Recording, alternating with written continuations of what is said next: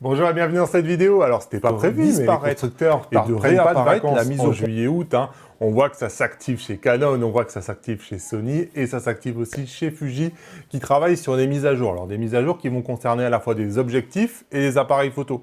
Il y a pas mal d'objectifs qui ont reçu une mise à jour, donc je vous invite à aller voir sur le site de Fujifilm, voir si votre objectif n'a pas besoin d'être mis à jour. C'est vraiment quelque chose qu'il faut faire de temps en temps. Les mises à jour peuvent améliorer notamment la stabilisation, la compatibilité entre la stabilisation de votre objectif et la stabilisation du capteur, si par exemple vous avez acquis le nouveau X-T4 ou même si vous avez l'ancien XH1.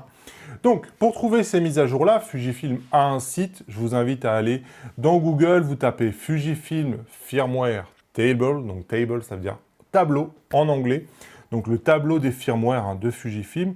La première page vous mène directement à cette page-ci, qui est la page qui vous intéresse. Donc à gauche, vous avez firmware, et vous avez la possibilité de voir les firmware pour les objectifs, lenses, ou pour les caméras, donc les appareils photo. Donc si je clique sur lenses, j'ai, comme vous pouvez le voir ici, d'abord le G-mount, et en haut, je peux choisir X-mount. Donc voilà, et classé en focale fixe ou en zoom, vous avez la possibilité de voir rapidement d'un seul coup d'œil. Vous avez des new qui sont en rouge ici, qui vous permettent de voir justement quelles sont les nouvelles mises à jour qui sont apparues, notamment si vous avez le 1680 OIS, il a tendance à avoir pas mal de mises à jour parce que il a une stabilisation de dingue et il faut vraiment l'affiner pour qu'elle fonctionne au mieux avec la stabilisation du capteur du X-T4. Donc on va maintenant passer à l'onglet caméra. Donc dans l'onglet caméra, vous avez les mises à jour, cette fois-ci, des appareils photo. Donc on ne parle pas du GFX sur cette chaîne, tout simplement parce que je n'en ai pas, parce que tout simplement, je n'ai pas le budget, c'est une question qu'on me pose tout le temps.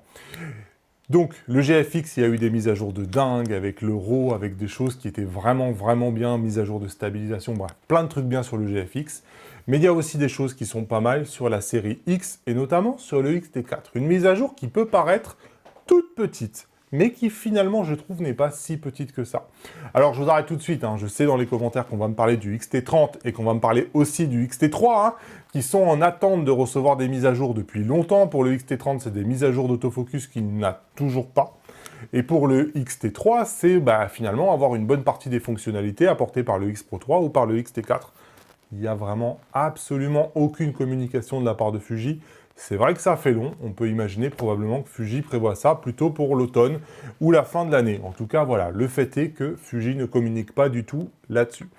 Donc, en tout cas, Fuji s'occupe du dernier né, le X-T4 qui reçoit une mise à jour qui, de base, telle qu'elle s'est affichée par Fuji, permet une petite amélioration de la stabilisation. On sait que Fuji a annoncé qu'il travaille notamment sur la stabilisation lorsqu'on fait des mouvements comme ça, panoramiques. Donc des mouvements horizontaux. On sait qu'il n'y a pas vraiment sur cette stabilisation du X-T4 de mode qui permettrait d'indiquer qu'on ne veut pas de stabilisation sur l'axe horizontal, comme on peut avoir par exemple chez Sony qui permet de faire une stabilisation pour faire des filets par exemple. Ça n'existe pas trop, et du coup, c'est vrai que quand on fait des vidéos, on a des petits mouvements de saccade lorsqu'on fait des mouvements latéraux comme ça. On a en fait la stabilisation qui, quelque part, vient essayer de contrer notre mouvement-là, et comme on n'a pas de possibilité de lui dire à la stabilisation qu'on souhaite faire ce type de mouvement-là, on est un peu bloqué. Donc, Fuji travaille sur ça, ils l'ont annoncé, c'est une mise à jour qui vient corriger un tout petit peu ce type de mouvement-là. J'ai fait le comparatif, c'est pas énorme, mais on va dire que ça va dans le bon sens. J'ai trouvé effectivement que la stabilisation était un poil meilleure. Sur les endroits où il y avait des petits défauts, c'est vrai, on voit une petite modification. L'autre chose qui m'intéresse, c'est le XF 56 mm 1.2 et le XF 23 mm 1.4. C'est deux objectifs que j'aime beaucoup, mais que j'adore détester de par un autofocus qui est parfois trop lent pour moi, qui est trop lent notamment en photo d'enfant et qui me... Voilà, ça m'ennuie, mais c'est comme ça.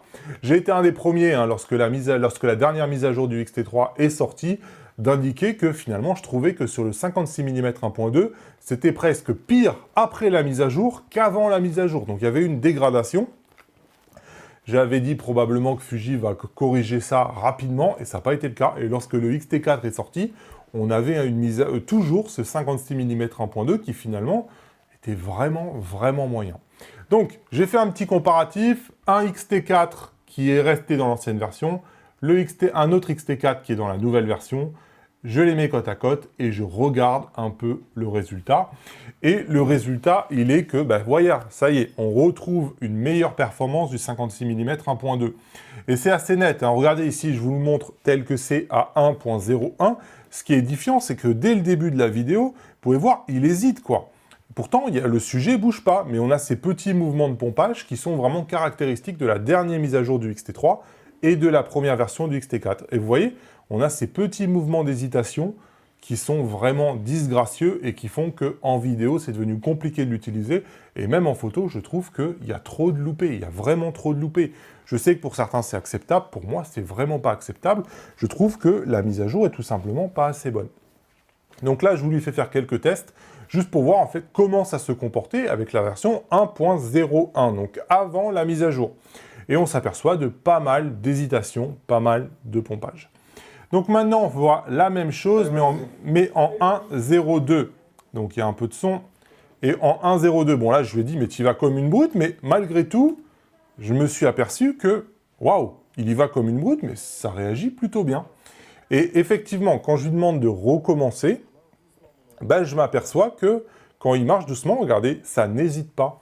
Tous les mouvements de pompage qu'on avait en 1.01, ils ont complètement disparu. Regardez, c'est pas parfait, enfin, on est presque parfait. Et même quand je lui demande de disparaître et de réapparaître, la mise au point est trouvée.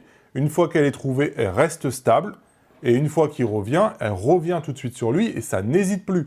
Quels que soient les mouvements qu'il fait, que ça soit latéral, que ça soit en avant, que ça soit en arrière, je trouve qu'il rafraîchit la mise au point de manière beaucoup plus gracieuse que c'était le cas avant. Donc en gros, une mise à jour qui, pour ces deux objectifs-là que j'ai testés, le 23 mm 1.4 ou le 56 mm 1.2, je vois réellement un avant et je vois réellement un après. Et franchement, ça fait du bien parce que ce 56 mm 1.2, c'est une perle. Optiquement, c'est vraiment une perle.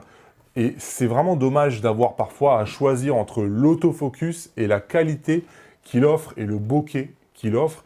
Et c'est vraiment un réel plaisir de voir qu'avec cette version 1.02, alors que Fuji finalement n'en parle pas dans la liste des changements, mais en même temps, ils ne vont pas parler de quelque chose qu'ils avaient dégradé, ils n'en parlaient pas non plus qu'ils avaient dégradé. Donc le fait qu'ils remettent bien et que franchement l'autofocus se comporte super bien avec maintenant cet objectif-là, ils ne le disent pas, mais franchement ça fait plaisir de voir que Fuji s'occupe de ça parce que c'était quelque chose qui m'embêtait réellement depuis qu'ils avaient mis à jour ça sur le XT3.